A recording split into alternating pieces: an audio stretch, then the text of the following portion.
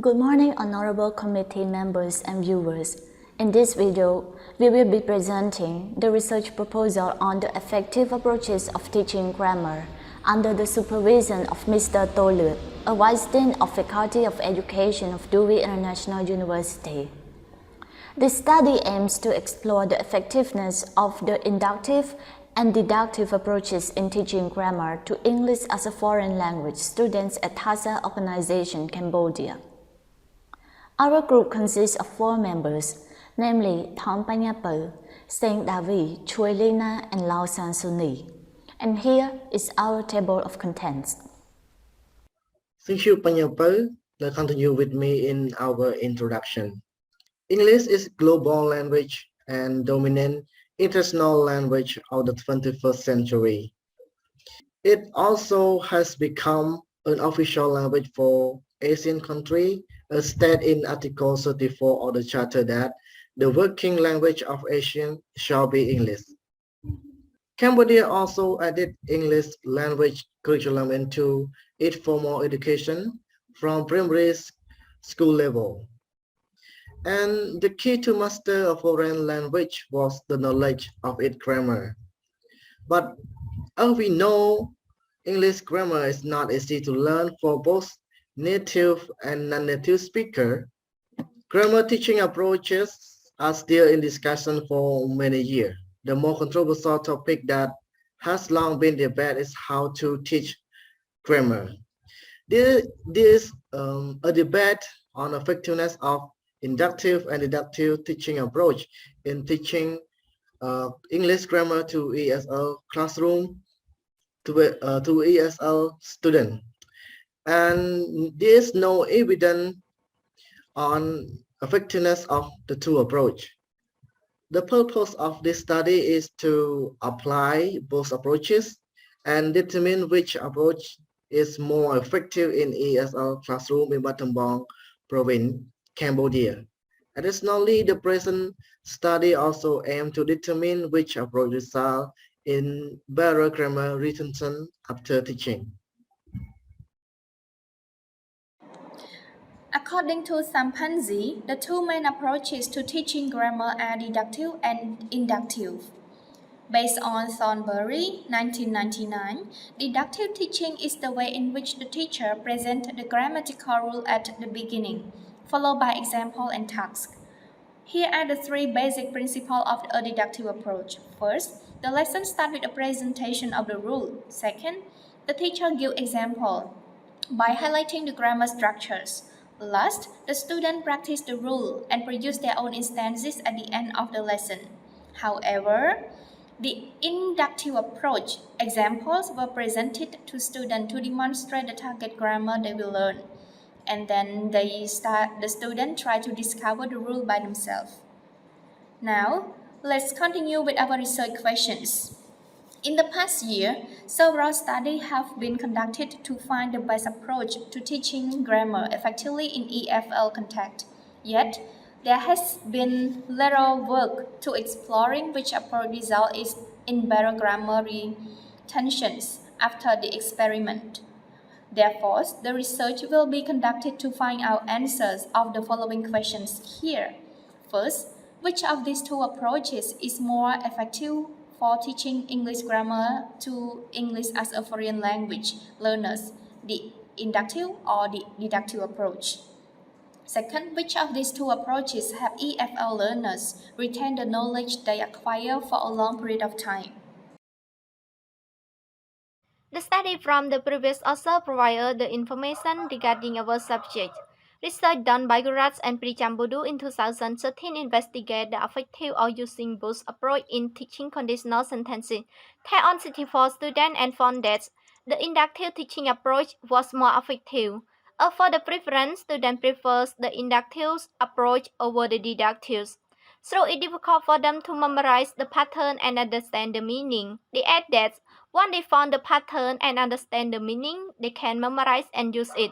Similar research that found that an inductive approach is more effective as follows.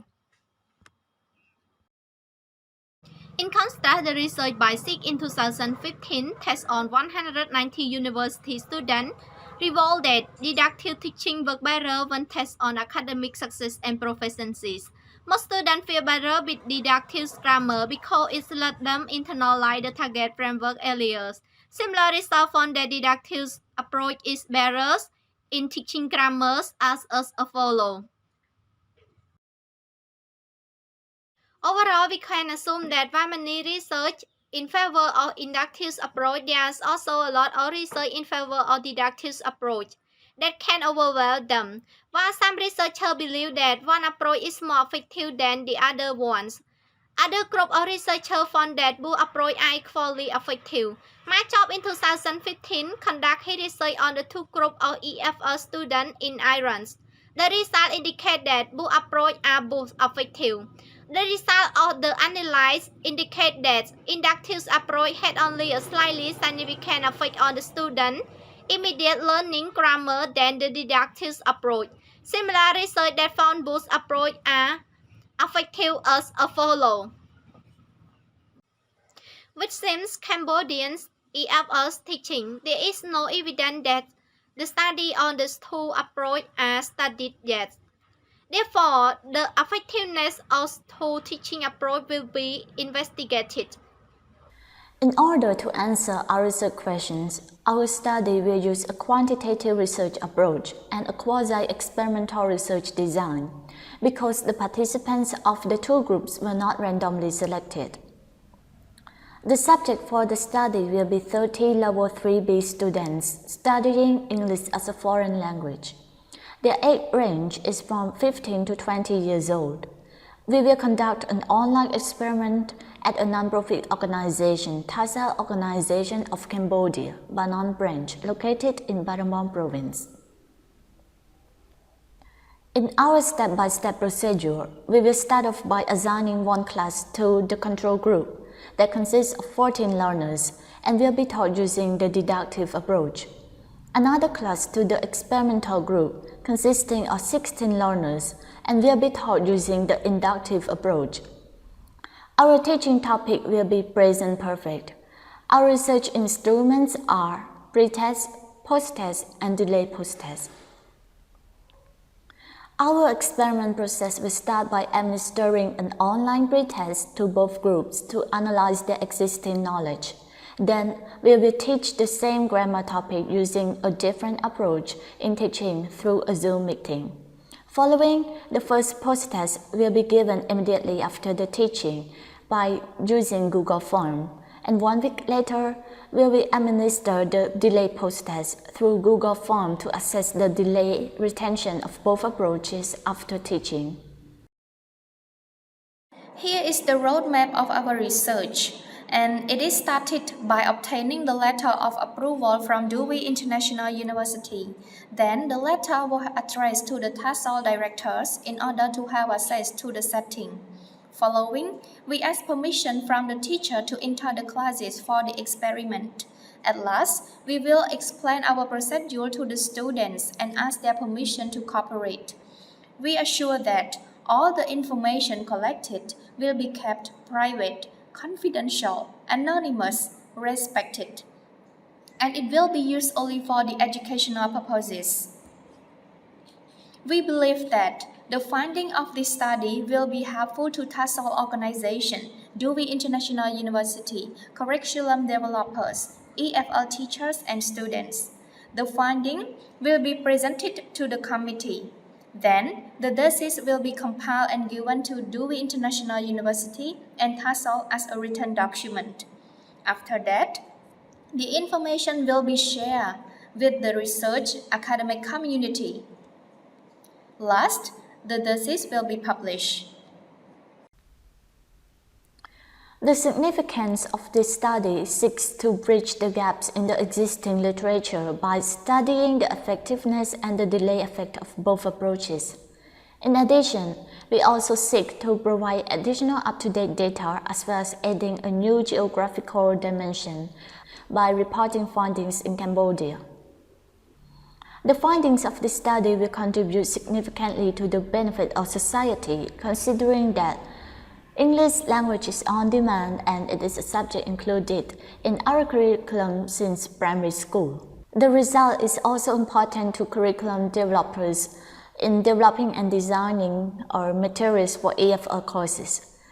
This result also hopes to provide teachers and students insight and show their effects on the students' performance, as well as helping teachers and students to discover the suitable approach for teaching and learning grammar based on the academic needs. In addition, for researchers, this is significant we have done by providing up-to-date data and uncover the effectiveness of these approaches. Our research will be conducted according to this timeline. Finally, this is our reference. This is our research plan. Please look forward to our results. Thank you.